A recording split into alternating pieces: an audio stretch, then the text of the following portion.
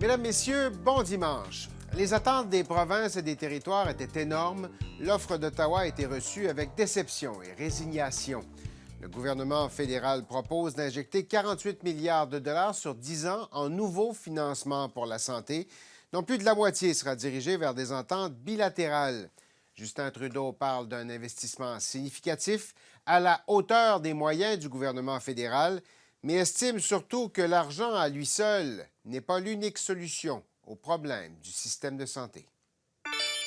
On a la mode quand on parle d'investissement en santé, de toujours parler de combien d'argent on est en train d'investir. 1 milliard ici, 100 millions là. Mais ce qui importe pour les citoyens, pour les familles, pour les aînés, c'est si oui ou non ils vont avoir accès à un médecin de famille. Puis ça, c'est pas juste une question de dollars. Jean-Yves Duclos, ministre fédéral de la Santé, bonjour. Bonjour, M. Thibault. Bonjour à tous ceux qui nous écoutent. M. Duclos, vous avez déposé devant les provinces et territoires cette semaine, vous et M. Trudeau, l'offre de financement du gouvernement fédéral, bien en deçà de ce que demandaient les provinces. Pourquoi cette marge? Pourquoi vous n'êtes pas allé les rejoindre un peu plus loin? Effectivement, 48 milliards de financements nouveaux annoncés cette semaine sur un total de 200 milliards pour les 10 prochaines années par rapport au niveau actuel. Donc 200 milliards de plus, mais 48 ou 49 milliards nouvellement annoncés la semaine dernière. Est-ce que les demandes des provinces étaient déraisonnables?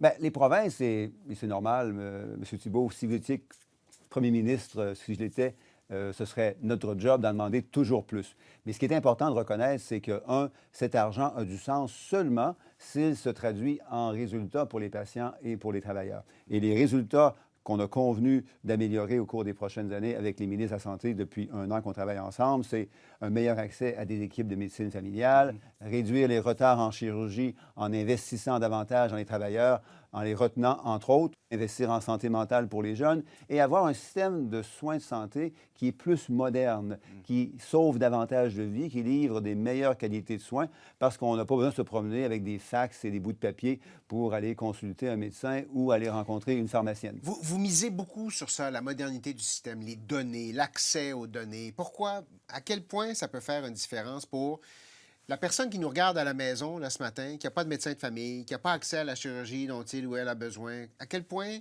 l'idée d'échanger des données, ça fait une différence? Parce que les données, ça sauve des vies. Si vous allez tomber inconscient, l'ambulancier vous rend compte, n'a aucune espèce d'idée des médicaments que vous prenez, des allergies que vous avez. Il ne peut pas accéder aux tests que vous avez eus dans les dernières semaines. Même chose pour l'urgentologue. À l'urgence où vous allez, il ne connaît pas votre dossier médical, il est obligé de refaire faire des tests. Durant ce temps-là, votre santé se détériore. C'est beaucoup d'argent, beaucoup de temps qui sont perdus, la qualité de soins qui est mise en jeu. On estime à plusieurs milliards de dollars juste en coûts financiers, sans parler des coûts humains, la perte d'efficacité qui est générée par un système de santé, de données en santé qui est inférieur à la norme qu'on trouve dans d'autres pays. Il y a deux éléments que vous soulevez là-dedans. Il y a les dossiers médicaux des Canadiens, puis il y a l'échange de données pour mesurer les performances des systèmes de santé. Vous imposez pas de conditions là-dessus. Vous dites, on s'est entendu pour partager des données, mais il n'y a pas de bâton pour imposer aux provinces de vous les donner, ou il n'y a pas de bâton pour dire aux provinces, j'ai vu les données, puis ça ne fonctionne pas, là, je vais tenter d'enlever du financement. Comment vous allez rendre ça efficace? Bien, il y a une chose qu'on a faite, puis il y a deux choses qu'on va faire à ce sujet-là. La première, c'est que depuis un an, les ministres de la Santé des provinces et moi-même, on travaille très bien et avec pas mal de bons résultats pour avoir identifié des priorités communes.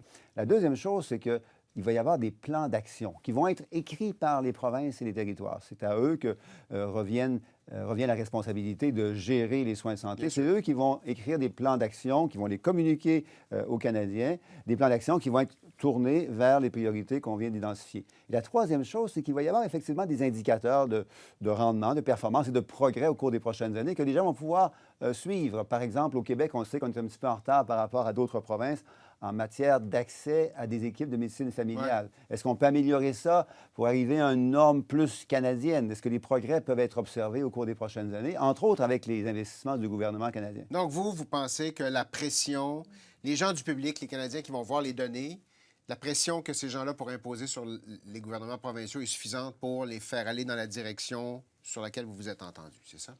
C'est à la fois une question de respect et de transparence. Le respect, dans le sens que ce n'est pas au gouvernement canadien. Vous leur faites confiance, dans le fond, un peu. Oui, parce que je les connais très bien, puis je sais qu'on a exactement les mêmes objectifs. On sert les mêmes personnes avec les mêmes dollars qui viennent des mêmes poches, des mêmes contribuables.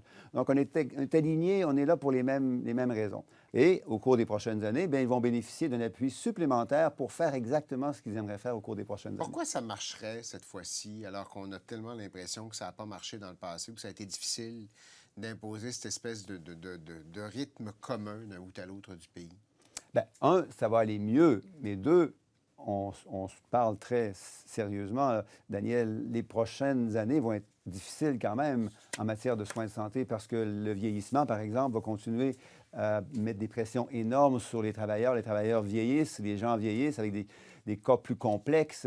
On a aussi le fait que les technologies deviennent de plus en plus coûteuses. Même chose pour les médicaments. Les maladies chroniques et infectieuses sont de plus en plus répandues. Donc, ce n'est pas en quelques semaines ou même en quelques mois qu'on va voir un changement rapide dans la qualité et la sécurité des soins pour les patients. Vous avez dit cette semaine, l'argent ne réglera pas tout.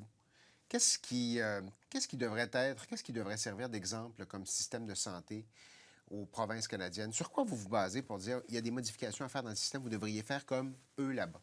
Bien, il y a deux raisons. Un, parce que l'argent, s'il n'est pas traduit en résultat, ça ne change rien. Là. Si l'argent du gouvernement canadien n'est pas utilisé pour améliorer les résultats pour les patients et pour les travailleurs, c'est un non-sens. La deuxième chose, c'est qu'il y a des endroits dans notre système de santé où il est plus important d'investir, à la fois parce que ce sont des endroits qui sont maintenant plus fragiles, santé familiale, équipe de médecine familiale au Québec en particulier, et parce que si on investit dans ça, un plus grand accès à des soins de santé primaires, bien, on réduit les coûts qu'il y a à hospitaliser les gens lorsque leur santé s'est trop dégradée.